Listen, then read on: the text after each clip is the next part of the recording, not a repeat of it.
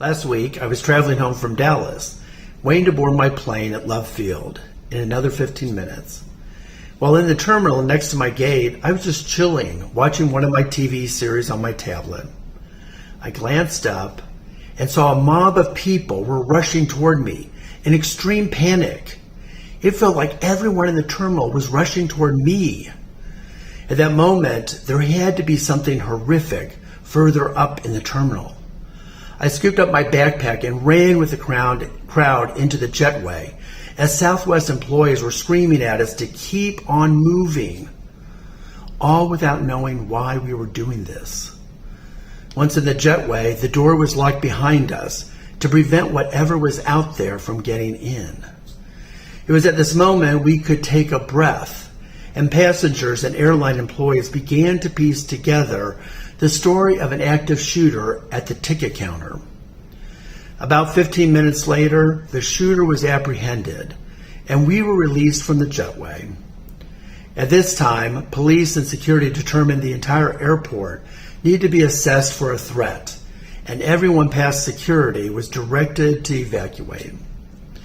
I knew my friend and regional minister from Ohio, Alan Harris, was at the opposite end of the airport, waiting on his flight to board as well.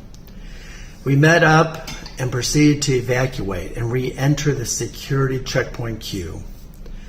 Once back in the terminal, we parted ways and settled in to wait to hear what was to come of our flights. Good news, we both arrived home, safe.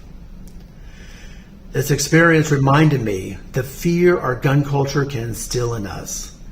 We were nowhere near the shooter, but the possibility of being a target was enough to start mass panic.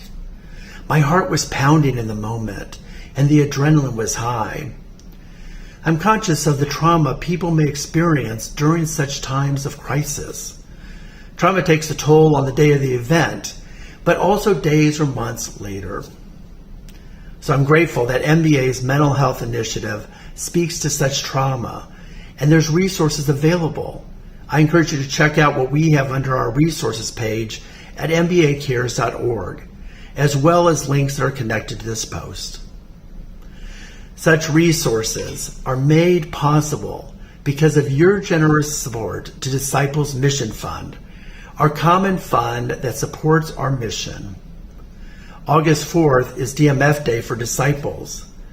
I encourage you to make a gift to DMF above and beyond what you normally give. Your support is helping to create communities of compassion and care. And if there's anything we need more these days, it is compassion and care. Be well.